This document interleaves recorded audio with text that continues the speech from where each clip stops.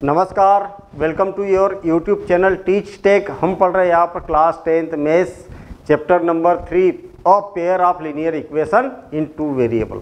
और इसकी एक्सरसाइज 3.1 चल रही है अभी।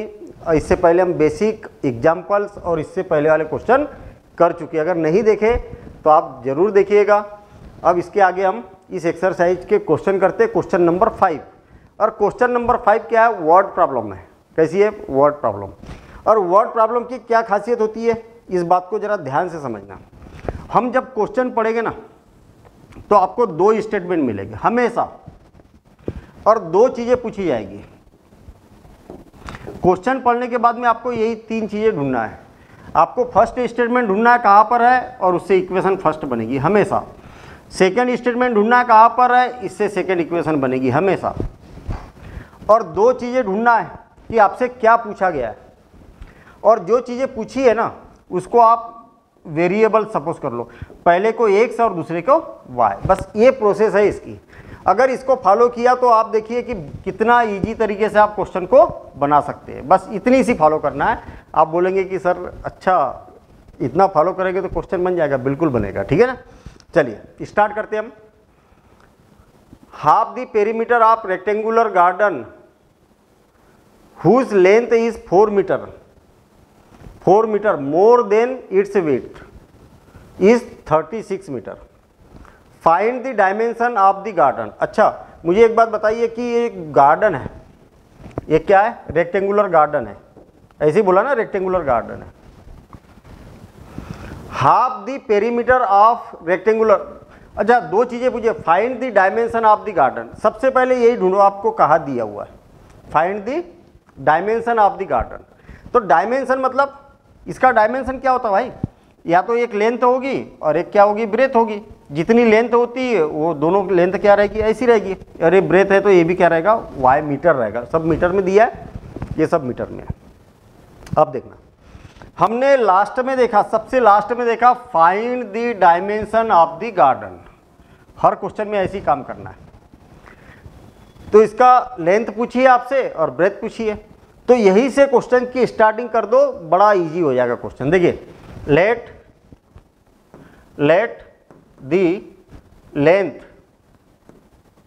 Length of the garden be x, है ना। लेंथ पूछिए आपसे और ब्रेथ पूछिए be x and the breadth of the garden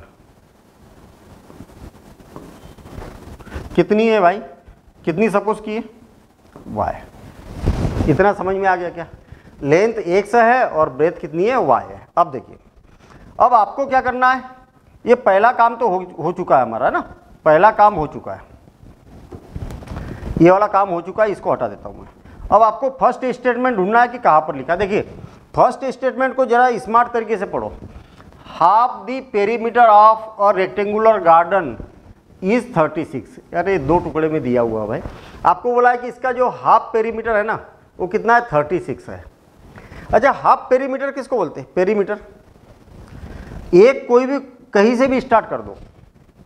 अगर यहाँ से मैं इतना डिस्टेंस कवर करूँगा और फिर यहाँ जाऊँगा, फिर यहाँ जाऊँगा, फिर यहाँ पर पहुँच जाऊँगा, वापस जहाँ से स्टार्ट किया, वहाँ से जहाँ से स्टार्ट किया वहीं से पूरा राउंड लगा के वापस पहुँच गए, तो आपने जितना डिस्टेंस कवर किया उसी को तो पेरीमीटर बोला जाता है। अब आप याद रखना मैथ्स में, पेरीमीटर का मतलब क्या होता है? Outline, length of outline. जो इसकी आउटलाइन है ना, उसकी लेंथ जो होती है ना पूरी कंप्लीट, उसको पेरीमीटर बोला जाता है। जैसे अगर मान लिया जाए कोई भी डायग्राम हो, देखिए उससे मतलब नहीं है, कैसा भी डायग्राम हो, इसका पेरीमीटर क्या होगा? कैसा भी डायग्राम हो, देखिए 2D होना चाहिए। ये यहाँ से इतना प्लस इतना प्लस इतना प्लस इतना प्लस इतना प्लस इतना प्लस इतना, वापस यहाँ तक पहुँचने में जितना डिस्टेंस कवर किया वो पेरीमीटर है। तो पेरीमीटर मतलब लेंथ ऑफ आउटलाइन। सर्कल में, सर्कल जो होता है ना, सर्कल में इसी पेरीमीटर को सरकमफ्रेंस बोला जाता है। काम वही है सर्कल में पेरीमीटर को सरकमफ्रेंस बोला जाता है और बाकी के 2D डायग्राम में पेरीमीटर बोला जाता है। ये बात आपको मालूम होना चाहिए। चल ठीक है, तो आपसे क्या बोला, हाफ बोला है ना, हाफ। तो हाफ का मतलब क्या हुआ है कि यहां से पूरा नहीं चलना, आपको आधे तक ही पहुंचना है, यहां तक। अरे ये आधा हो गया कि नहीं, इतना, फिर आधा इतना हो जाएगा, तो x प्लस वाई यही तक पहुंचना है ना, हाफ बोला है यहां पर। Then according to question, according to first condition, first condition, जो फर्स्ट कंडीशन है ना उसके अकॉर्डिंग हम काम करेंगे। क्या होगा, लेंथ और प्लस ब्रेथ, अरे ये x प्लस वाई और x plus y, x plus y is equal to कितना है 36, ये तो गिवन है ना, और ये बन गई इक्वेशन फर्स्ट। बस हो गया काम, एक फर्स्ट इक्वेशन आपकी बन चुकी है यहाँ पर। और मतलब हमने क्या किया, फर्स्ट स्टेटमेंट पढ़ा, उसको आइडेंटिफाई कर लिया कि फर्स्ट स्टेटमेंट कौन सा था, और आइडेंटिफाई करके हमने इसका काम कर दिया। अब सेकेंड स्टेटमेंट पढ़ते हैं, whose length is 4 metre more than its width. अच्छा, जो लेंथ है ना वो विड्थ की अपेक्षा 4 मोर देन है। कहने का मतलब अगर मैं इसकी विड्थ में 4 को अगर ऐड कर दूंगा ना, 4 मीटर लेंथ है, तो इसकी विड्थ में 4 को ऐड कर दूंगा तो इसके बराबर हो जाएगी। ऐसा है क्या, या तो इसमें से 4 को माइनस करूंगा तो इसके बराबर हो जाएगी। अरे ये बड़ा है, ये छोटा, देखना लेंथ बड़ी है और विड्थ क्या है, छोटी है। मुझे दोनों के बीच में इक्वल लगाना, इक्वल। तो मुझे एक बात बताओ ना कि ये क्या है, इसकी अपेक्षा 4 ज़्यादा है। अरे ये 4 ज़्यादा है ना, तो जो छोटा होता है उसमें 4 को ऐड करेंगे ताकि दोनों क्या हो जाएगा, इक्वल हो जाएंगे। ऐसी इक्वेशन बनाई जाती है। आएगा समझ में, ये लेंथ है, ये विड्थ है। लेंथ जो है वो विड्थ की अपेक्षा 4 मीटर मोर देन है, ये बड़ा है। तो अरे ऐसा समझो आप, मेरी एज अगर मान लिया जाए 30 ईयर है, मेरी एज कितनी है 30 ईयर है, आपकी एज है 20 ईयर।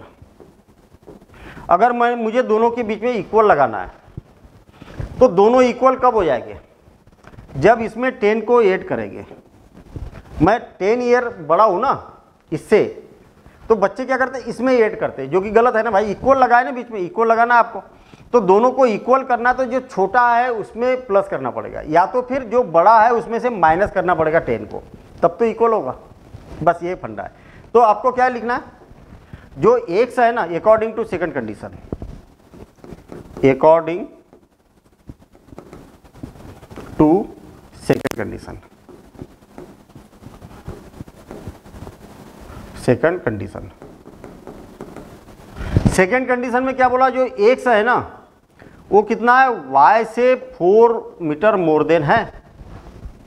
तो जो छोटा है, अरे छोटा y है ना, छोटे में प्लस करेंगे तब तो दोनों इक्वल होगा। बस एक फंडा याद रखो आप। इस फंडे को याद रखने का तरीका ऐसा भी है, देखिए ये आपने खूब देखा होगा, इसको तराजू बोला जाता है, बैलेंस जिसको बोलते हैं ना। एक लेफ्ट हैंड साइड होता है इसमें और एक होता है राइट हैंड साइड। क्या होता है, लेफ्ट हैंड साइड और राइट हैंड साइड, ये ऐसा।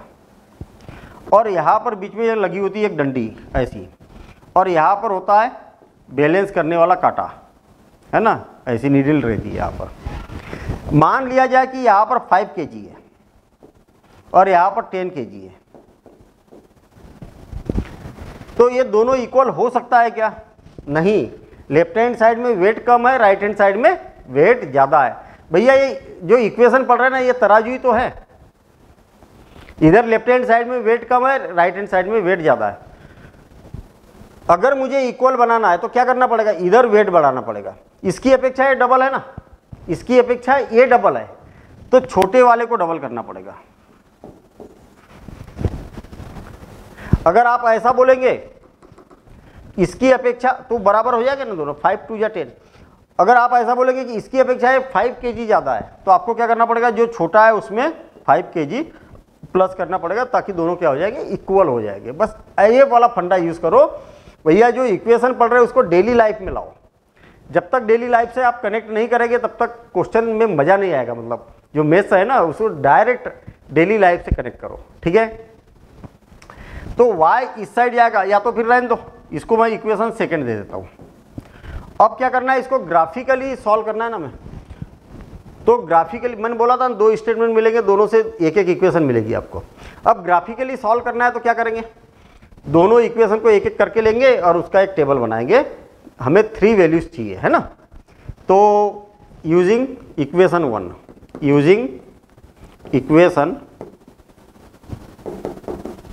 1, ठीक है, इक्वेशन 1 ले रहा हूं मैं, x plus y is equal to 36।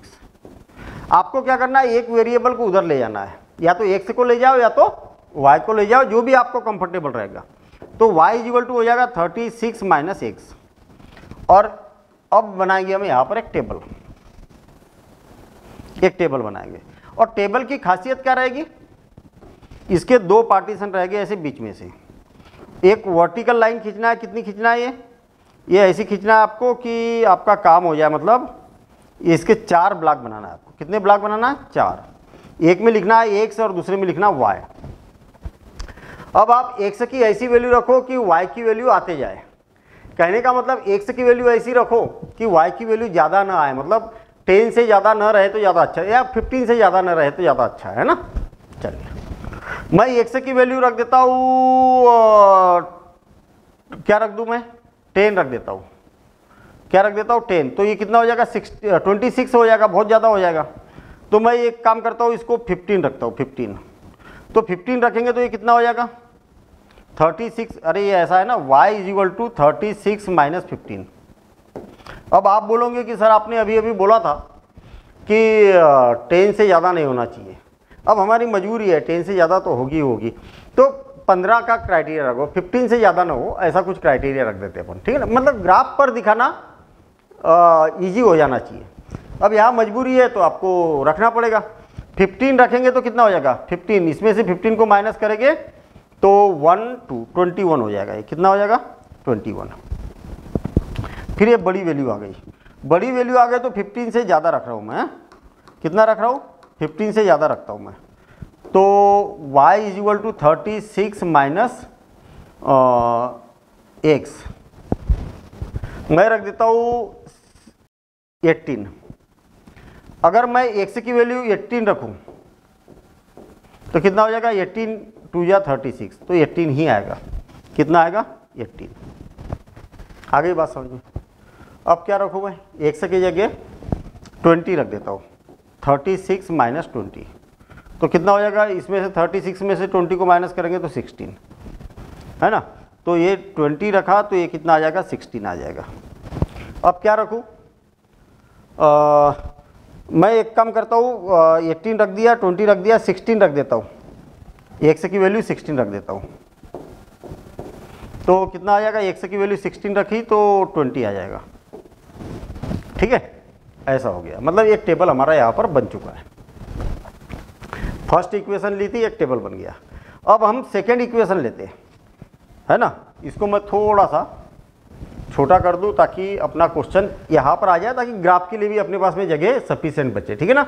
अगर ये कैरेक्टर छोटे हो रहे होंगे तो पहले नोट कर लेना, छोटा करने से पहले, ठीक है। अब देखिए, यूजिंग इक्वेशन 2, इक्वेशन 2 क्या है, x is equal to y plus 4, x is equal to y plus 4। क्या हो जाएगा, यहाँ पर एक टेबल बनाएंगे,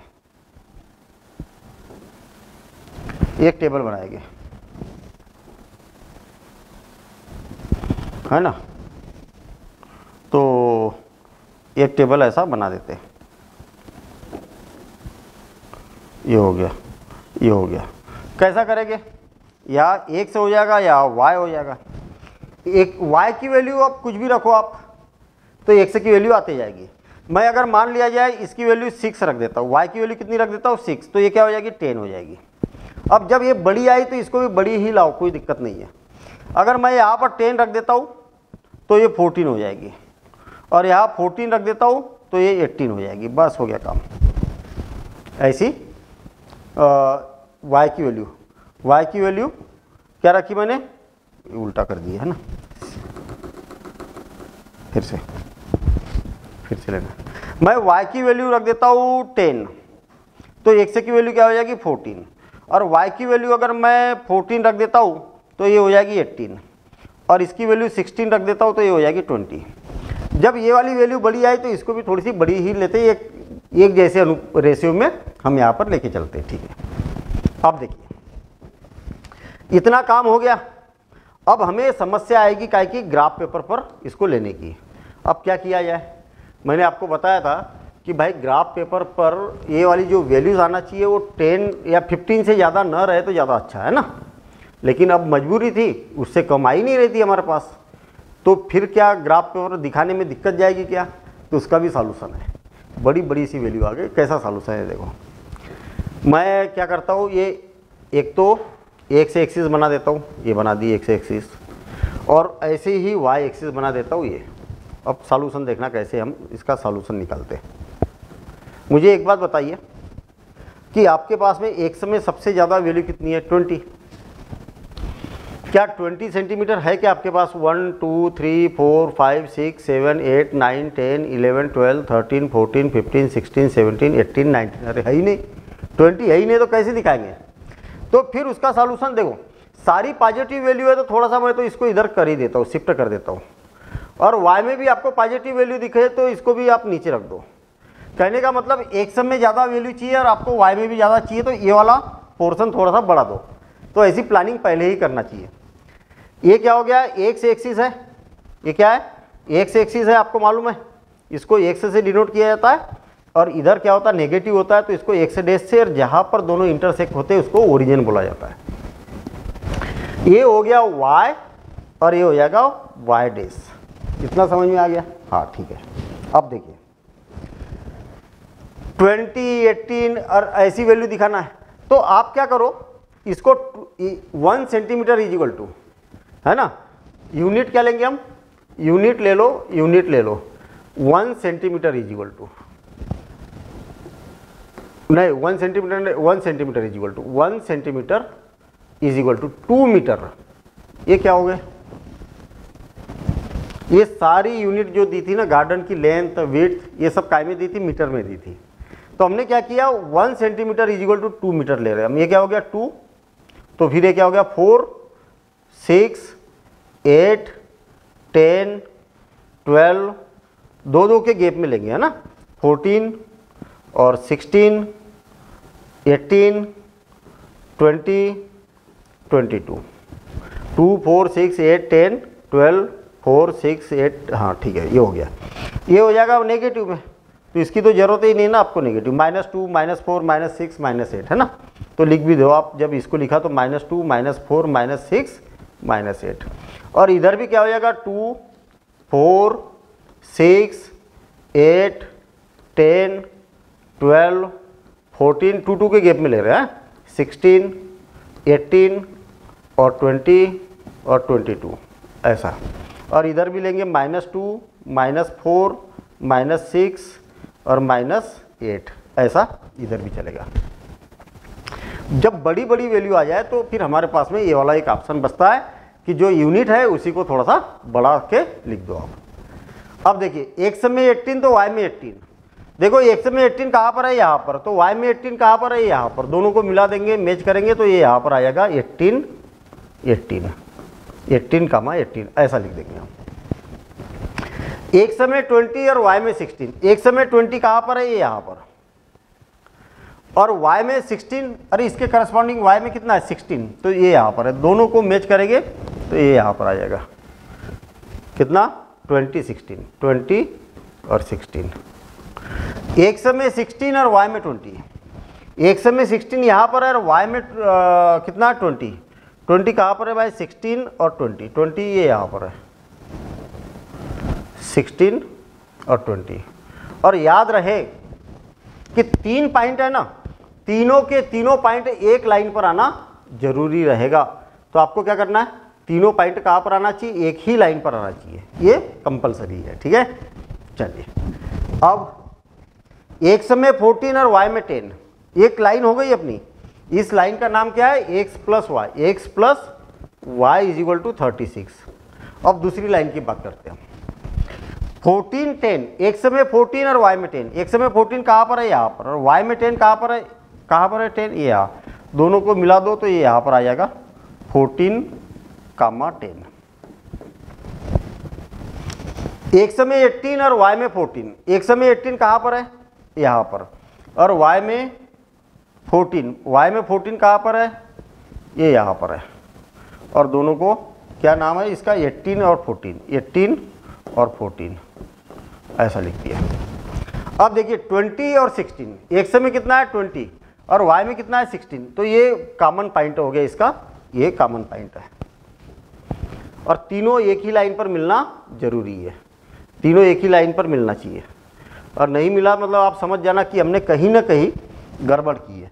इस इक्वेशन का नाम क्या है बताओ, तो इस इक्वेशन का नाम है y = 36 - x, मतलब x + y, x नहीं ये तो सेकंड थी, सेकंड इक्वेशन क्या बनी, x = y + 4, ये बन गई, ठीक है ना, दोनों इक्वेशन बन गई। अब दोनों एक दूसरे को कहाँ पर इंटरसेक्ट कर रही है, ये देखो आप, तो आप देखेंगे कि दोनों जो है वो कहाँ पर इंटरसेक्ट कर रही है, इस पॉइंट पर इंटरसेक्ट कर रही है, यहाँ पर। तो यहाँ से x एक्सिस पर परपेंडिकुलर डालो और यहीं से y एक्सिस पर डॉटेड लाइन से परपेंडिकुलर डालो यहाँ से, तो आप देखेंगे कि x की वैल्यू कितनी है 20 है और y की वैल्यू कितनी है 16, तो यहाँ पर आ जाएगा आंसर, क्या आ जाएगा, आंसर आ जाएगा, क्या हो जाएगा, x = 20 metre and y = 16 metre. मतलब आपने एक से किसको सपोज किया था बताइए, आपने एक से लेंथ को सपोज किया था, हेंस यहाँ पर बोलेंगे कि भैया अपना काम हो चुका है। आई क्या बात समझ में, अपना काम हो चुका है, क्या काम हो चुका है, हेंस लेंथ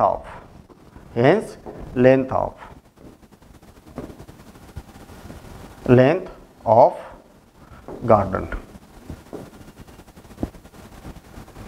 इज कितना हो गया 20 metre and breadth of garden is कितना 16 मीटर। ये हो गया हमारा आंसर। तो मज़ेदार है कि नहीं, अगर कहीं पर समझ में नहीं आया तो इसी वीडियो को और एक बार देख लेना, इजी तरीके से बनेगा। हमारा टास्क ये रहता है कि सबसे पहले जो क्वेश्चन दिया हुआ है क्वेश्चन से इक्वेशन बनाना, इक्वेशन अगर बना ली ना तो अपना काम हो चुका है। चलिए हम अगला क्वेश्चन देखते हैं, ठीक है ना। आज के इस क्लास में पूरी एक्सरसाइज को कंप्लीट करने का हमारा टास्क है और कंप्लीट करेंगे आज, है ना। बहुत बढ़िया क्वेश्चन दिखाई दे रहा है ये, कैसा, गिवन द लीनियर इक्वेशंस, कौन कौन गिवन है, 2x + 3y और = 8 कर देता हूँ मैं, ये जो -8 है उसको उधर कर देता हूँ, हाँ कर दिया, क्योंकि ये स्टैंडर्ड फॉर्म होता ना।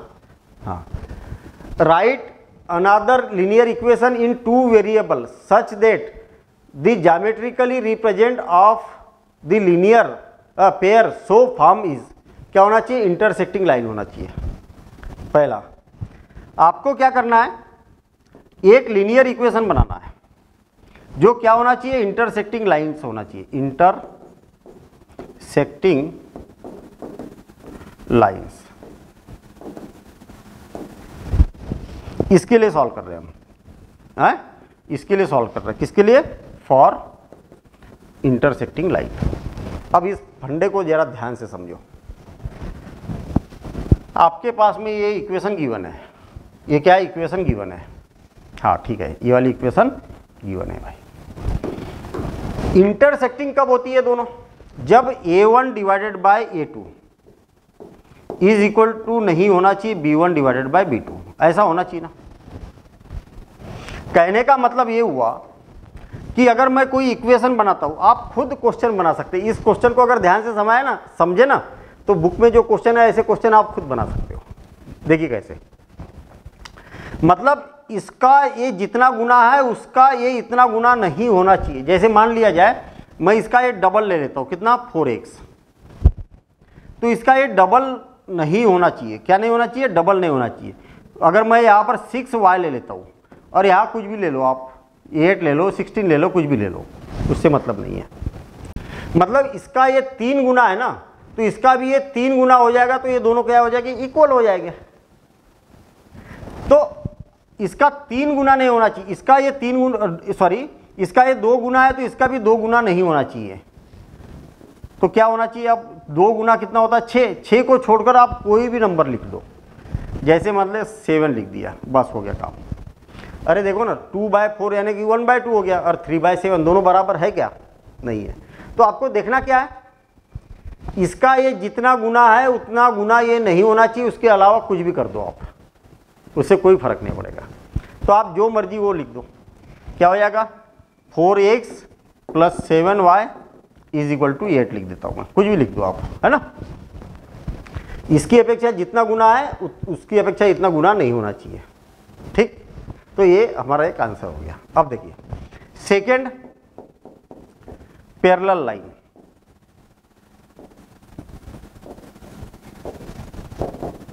पैरेलल लाइंस, पैरेलल लाइन कब होती है ये बताओ मुझे। तो आप बोलोगे कि पैरेलल लाइन तब होती है जब a1/a2 का की वैल्यू और b1/b2 की वैल्यू क्या होती है, एक जैसी होती है, और c1/c2 की वैल्यू एक जैसी नहीं होती है। कहने का मतलब ये दोनों क्या होना चाहिए, बराबर होना चाहिए। तो मैं क्या करता हूँ, यहाँ पर 4x से लिख देता हूँ। अरे इसकी अपेक्षा 2 गुना है, तो ये भी 2 गुना होना चाहिए, 6y। बस याद रहे कि अब ये 2 गुना को छोड़कर जो करना है वो कर दो, कुछ भी लिख दो यहाँ पर 7। आई बात समझ में। ऐसे कई सारी इक्वेशन बना सकते, कई आंसर आ सकते हैं। हो सकता कि जो हम लिख रहे हैं वो आंसर मैच ही नहीं हो रहा, लेकिन मीनिंग वही है, क्वेश्चन सही है। देखना, इसकी अपेक्षा जितना गुना है उतना ही इसकी अपेक्षा ये इतना गुना रहेगा, तब तो दोनों इक्वल हो गए। इसकी अपेक्षा ये डबल है, तो इसकी अपेक्षा भी ये क्या हो जाएगा, डबल हो जाएगा। अगर मान लिया जाए, मैं दूसरा एग्जाम्पल लेता हूँ, इसकी अपेक्षा 3 गुना कर देता हूँ मैं, 6x, तो इसकी अपेक्षा भी क्या होना चाहिए, 3 गुना होना चाहिए, 9y। देखो ना, 2/6 कितना हो गया, 1/3। अरे 2/6 का मतलब क्या हो गया, 2 से 3 बार कैंसिल, और 3/9 का मतलब क्या हो गया, 3 × 9, तो 1/3 बराबर से 1/3 आ गया कि नहीं। तो इसका फंडा बोलता है कि जितने गुना ये है उतने गुना ये होना चाहिए, और ये नहीं होना चाहिए उतने गुना, फिर उसके अलावा कुछ भी लिख दो आप। 8 × 24, 24 को छोड़कर कुछ भी लिख दो आप, 18 लिख देता हूँ मैं, हो गया। ऐसे कई सारे एग्जाम्पल आप बना सकते हो। जैसे पैरेलल लाइन के लिए क्या हो जाएगा, 6x + 9y = 18। बस कई सारे एग्जाम्पल हो सकते हैं इसके, आप खुद बना सकते हो। अब क्या बोला, कोइंसिडेंट लाइन। तीसरा क्या है, coincident line. For coincident line, for coincident lines. Coincident line के लिए क्या करना पड़ेगा, ये तीनों इक्वल होना चाहिए। क्या होना चाहिए, ये तीनों इक्वल होना चाहिए। कब हो गए, इसका जितना गुना लोगे, जैसे मान लिया आप इसका 2 गुना लेते हो 4x, तो इसका भी 2 ही गुना लो आप, 6y, तो इसका भी 2 गुना ही लेना पड़ेगा, 16। जैसे अगर इसका 3 गुना लेते हो तो 6x, तो इसका भी 3 गुना लेना पड़ेगा, तो 3 × 9y, और बराबर इसका भी 3 गुना लेना पड़ेगा, 24। ये क्या है, कोइंसिडेंट है, और ये वाली भी क्या है, कोइंसिडेंट है। क्योंकि सेम अनुपात रहेगा, सेम रेशियो रहेगा, तब तो तीनों इक्वल रहेंगे। तो हम क्या बोलेंगे, कुछ भी लिख दो आप, 4x + 6y = 16। ये वाला एग्जाम्पल हमने यहाँ पर लिख दिया। तो ऐसे कई सारे आंसर इसके हो सकते हैं, ठीक है। तो हमारा ये क्वेश्चन कंप्लीट हो गया। आप और भी बना के देखना ऐसे क्वेश्चन। अगर आप इसका और इसका ग्राफ बनाएंगे ना, तो लाइन आपको गारंटी है कि इंटरसेक्टिंग ही लाइन मिलेगी। इसका और इसका ग्राफ बनाएंगे तो आपको मालूम है कि पैरेलल लाइन ही बनेगी, इसकी पक्का है, गारंटी। और इसका ग्राफ बनाएंगे तो कोइंसिडेंट लाइन बनेगी, मतलब एक के ऊपर एक से जाएगी, सेम लाइन है। ये और ये वाली इक्वेशन क्या है, सेम है। अरे वैसे भी देख लो ना, आप इसको 2 से डिवाइड करेंगे तो इतना ही तो आएगा, तो दोनों तो इक्वेशन ही एक है ना, ऐसा। चलिए, इस एक्सरसाइज का लास्ट क्वेश्चन है ना, ये लास्ट क्वेश्चन है, और इसको करते हैं हम। Draw the graph of the equation x - y + 1 = 0 and this determine the coordinate of the vertices of the triangle formed by these lines and the x-axis and shade the triangular region। मतलब ये दो line given है आपको, एक line ये है और एक लाइन ये है, दो लाइन गिवन है, दोनों को ग्राफिकली रिप्रेजेंट करना है। और ये बोला है कि जब ग्राफिकली रिप्रेजेंट करोगे तो दोनों लाइन और एक्स एक्सिस के बीच में एक ट्रायंगल बनता है, उस ट्रायंगल के कोऑर्डिनेट्स आपको बताना है। बड़ा सिंपल सा क्वेश्चन है, ठीक है, सिंपल सा क्वेश्चन दिखाई दे रहा, तो बनाते अपन, है ना, इसको बनाते। सबसे पहले गिवन, क्या गिवन है भाई, इक्वेशन 1 क्या दिया, x minus y is equal to -1। कोई दिक्कत यहाँ तक नहीं, ये जो 1 इधर है तो मैंने उधर कर दिया। अब मैं y को उधर कर देता हूं तो क्या हो जाएगा, y माइनस का है तो इधर जाके प्लस हो जाएगा -1, और इसको दे दो इक्वेशन फर्स्ट। अब आपको मालूम है कि ऐसा करने के बाद एक टेबल बनाना की ज़रूरत पड़ती है ना, तो एक टेबल हम यहाँ पर बना देते हैं, एक ऐसा टेबल बनाने की ज़रूरत पड़ती है। और टेबल में आपको बीच में से पार्टीशन भी करना पड़ता है, कर देते, ऐसे पार्टीशन कर देते, ये कर दिए, ये हो जाएगा x और ये हो जाएगा y। y की वैल्यू आपको जो मर्जी वो रखो, मैं y की वैल्यू रख देता हूँ 4, y की वैल्यू कितनी रख देता हूँ 4, y की जगह 4 रखेंगे तो x की वैल्यू कितनी हो जाएगी 4 - 1 तो कितना हो जाएगा 3। y की वैल्यू रख देता हूँ 5, तो 5 रखेंगे तो कितना हो जाएगा 4। y की वैल्यू 8 रख देता हूँ, तो 8 रखेंगे तो 8 - 1 कितना हो जाएगा 8 - 1 7। तो y के रिस्पेक्ट में x की वैल्यू यहाँ पर आ चुकी है, वही के वही क्वेश्चन है, इसमें कोई ज़्यादा चेंज नहीं है, ठीक है। अब देखिए, ये इक्वेशन फर्स्ट दी थी, अगेन अब सेकेंड इक्वेशन ले रहा हूँ मैं, क्या है 3x + 2y और इज इक्वल टू 12 इधर है तो मैंने क्या कर दिया, उधर कर दिया। हम क्या करते, 3x को उधर ले जाते तो क्या हो जाएगा 2y is equal to 12 - 3x, और 2 को भी नीचे ले जाएंगे तो y इज इक्वल टू कितना हो जाएगा 12 - 3x और डिवाइडेड बाय 2, है ना। x की वैल्यू y के टर्म में हमने निकाल दिया यहाँ पर, फिर बनाएंगे हम एक टेबल, है ना, ये क्या बना देंगे, टेबल बना देंगे। चलो ठीक है, टेबल बनाते हैं हम। थोड़ा सा मैं फास्ट बता रहा हूँ, और फास्ट बताने का कारण भी है कि आपने इतना सीख चुके हैं, और अभी अगर आपको समझ में नहीं आया तो ये मान के चलिए कि आपको वीडियो और एक बार देखने की ज़रूरत है, एक बार और प्रैक्टिस करने की ज़रूरत है।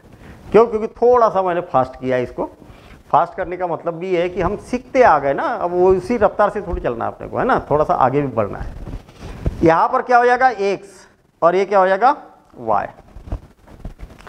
x की वैल्यू कुछ भी रैंडम रख दो, x की वैल्यू रखी मैंने 0, तो क्या हो जाएगा, अरे ऐसा है ना, y is equal to 12 - 3 into 0 divided by 2, जहाँ x है वहाँ पर 0 रख दिया, तो ये क्या हो जाएगा, इतना 0 हो जाएगा। हाँ, तो क्या बचा 12 डिवाइडेड बाय 2 मतलब 6 आ जाएगा। मतलब x की वैल्यू 0 रखी तो y की वैल्यू कितनी आ गई 6। अब x की जगह और कुछ रखता हूँ मैं, 6 रख देता हूँ या 3 रख देता हूँ, है ना, या 4 रख देता हूँ 4। x की वैल्यू रखी 4, तो 12 - 12, अरे 4 3 या 12, तो 12 - 12 कितना हो गया 0, और 0 डिवाइडेड बाय 0 कितना होगा 0। अब मैं रख देता हूँ 4, कितनी रखी है मैंने 4 रखी ना, अब 6 रख देता हूँ मैं 6, तो कितना हो जाएगा 12 - 18 और डिवाइडेड बाय 2। तो 12 में से 18 माइनस करेंगे तो कितना हो जाएगा -6 डिवाइडेड बाय 2, 2 से ये -3 टाइम कैसे, मतलब आपने x की वैल्यू 6 रखी तो y की वैल्यू कितनी आ गई -3, बस हो गया काम। अब इसको क्या करना है, हमें ग्राफिकली रिप्रेजेंट करना है, और आपको ग्राफिकली मालूम है कैसे रिप्रेजेंट करते। जब भी एग्जाम में क्वेश्चन आएगा तो आपको क्या करना है, इसको ग्राफ पेपर पर ही बनाना है, ये बात याद रहे। काय पर बनाना है, ग्राफ पेपर पर। अब आप बोलोगे कि सर ग्राफ पेपर कहाँ से मिलेगा, तो आपको बिना शर्म किए, है ना, अपने इन्विजिलेटर है जो टीचर है जो एग्ज़ाम में, उनसे आपको एक ग्राफ पेपर मांगना है जब भी इसका क्वेश्चन आएगा तो, ठीक है। इसका ग्राफ पेपर मांगना है और उसको ग्राफ पेपर पर ही बनाना है। इतने सारे ग्राफ बनाए, हमें मालूम है कि ये एक्स और इधर क्या होता है एक्स डेश, जहाँ दोनों इंटरसेक्ट करते हैं उसको जीरो बोला जाता है। ये वाई और वाई डेश, ये ओरिजिन होता है। इधर पॉजिटिव, ऊपर पॉजिटिव, इधर नेगेटिव, इधर नेगेटिव, ये सब बातें आपको मालूम है अच्छे से। 1 2 3 1 सेंटीमीटर पर लगा रहा हूँ मैं, ये सब है, ये क्या होता है सब पॉजिटिव। और इधर क्या होता है नेगेटिव, -1 -2 -3 -4 -5 -6 -7। ऐसे ही ऊपर पॉजिटिव 1 2 3 4 5 6 7 8 9 10। और इधर होगा नेगेटिव -1 -2 -3 -4 -5 -6 -7। आ गई बात समझ में? अब देखिए 3, 4, एक समय 3 और y में 4, एक समय 1 2 3 और y में 4, 1 2 3 4, ये यहाँ पर पॉइंट आएगा। इसका नाम रहेगा 3, 4, 4, 5, एक समय 4, 1 2 3 4 और 5, तो ये 4 था, ये हो जाएगा 5।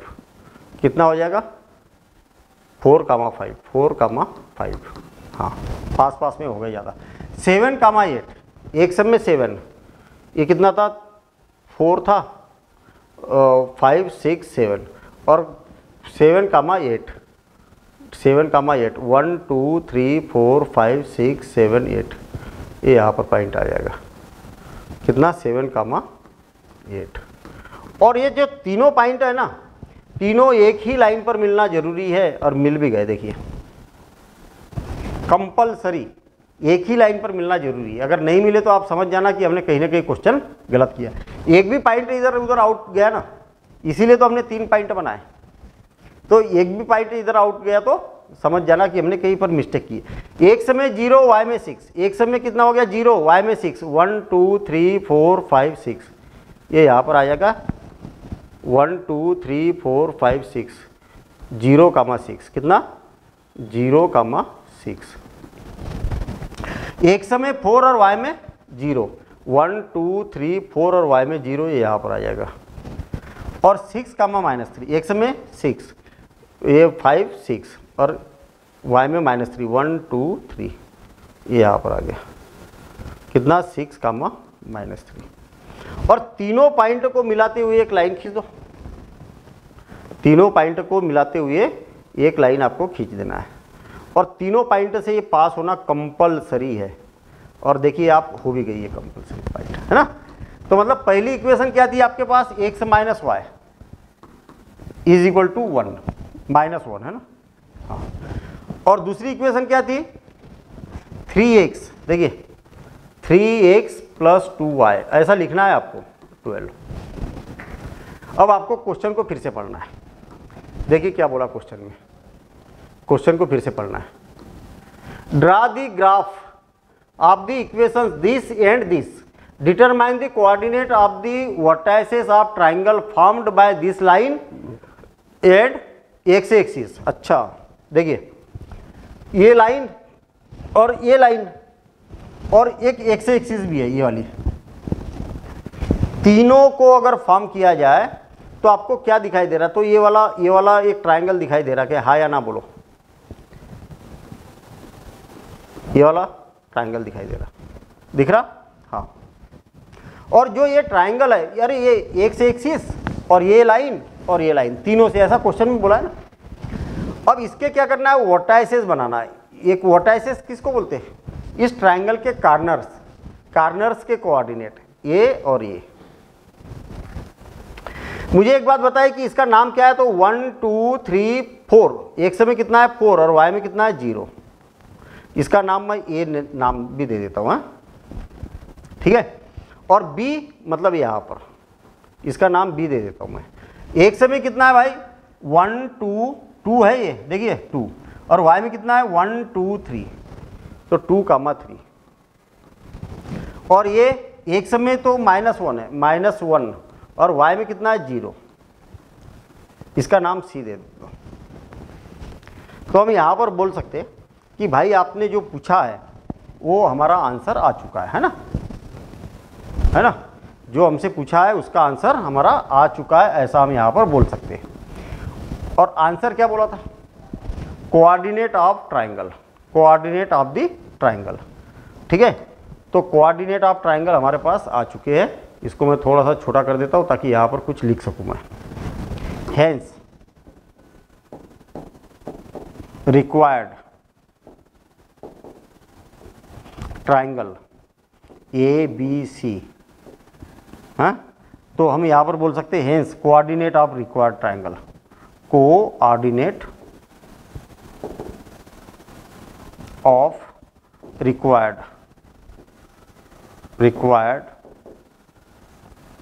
Triangle A B C are. क्या हो गया, ए के कोऑर्डिनेट क्या है, ए के कोऑर्डिनेट है 4,0, कितना है 4,0, और बी के कोऑर्डिनेट क्या है 2,3,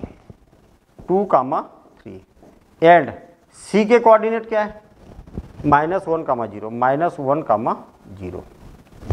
बस ये हो गया काम। आ गई बात समझ में?